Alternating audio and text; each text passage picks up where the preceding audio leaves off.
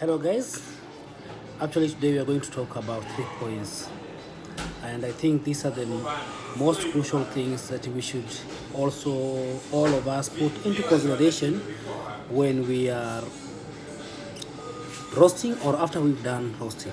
So today we are going to talk about 3 points or major things that should do after roasting. So first of all, we should give our coffee time to degas. Degassing is a process whereby the excess gases that might have formed during roasting are released or are let out of the beans so that we can remain with the beans and only the flavors that we need. So actually when we are roasting, there's carbon dioxide that actually forms.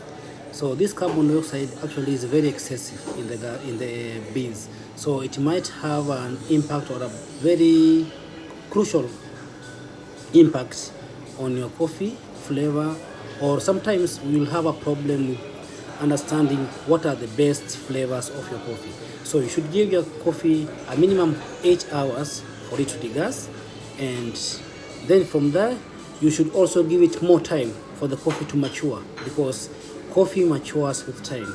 So number two, the only time you're going to use coffee should be minimum 2 weeks. So after degassing, that's 8 hours. You should give your coffee at least 2 weeks for it to continue to mature.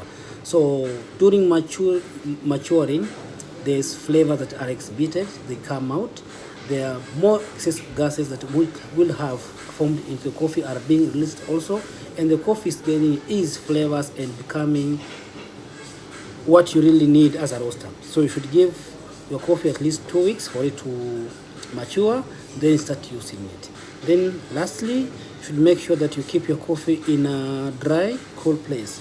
Make sure that the roasted coffee has been kept in a dry, cool place to avoid maybe contact of moisture or water, because all these two factors, they affect coffee. So make sure that after you've roasted your coffee, you degassed your coffee, you keep your coffee in a cool, dry place whereby there's free air circulation, there's no excessive or activities that might affect the flavor of the coffee, and this one will help your coffee to gain the flavors or the needs you as a roaster would like. Then also some people will prefer to keep their coffees in airtight valves. So for example, my coffee like this should have an air valve type.